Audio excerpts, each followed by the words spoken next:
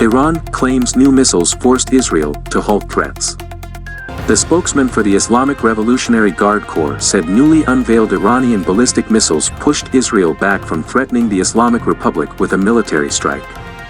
The spokesman for Iran's Islamic Revolutionary Guard Corps, IRGC, said last week's military drills in his country sent a message to Israel and made it end its war threats against the Islamic Republic. The Zionists, Israeli government, were under the impression that they were capable of neutralizing some of our ballistic missiles, Ramazan Sharif told the state-run Arabic-language Al-Alam TV. But thanks to our spectacular advances, Israel's anti-missile, Iron Dome system fails to detect our projectiles. The spokesman was referring to ballistic missiles Iran showed off last week in a major military exercise, dubbed Great Prophet 17. In the run-up to the war games, Israeli officials ratcheted up threats and were reportedly preparing an Iran strike simulation. But Sharif said that from the Iranian perspective, those moves are little more than rhetoric meant by Israeli officials to deflect attention from their domestic problems.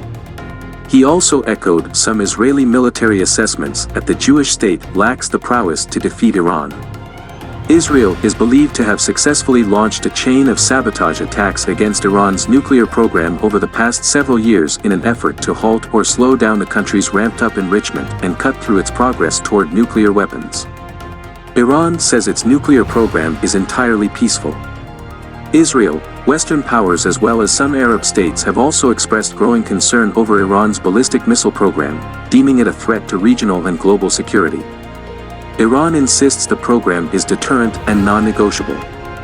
Who would put such a ballistic missile capability up for negotiations when the other side is made up of a group of deceitful traitors? The IRGC spokesman rhetorically asked in his interview.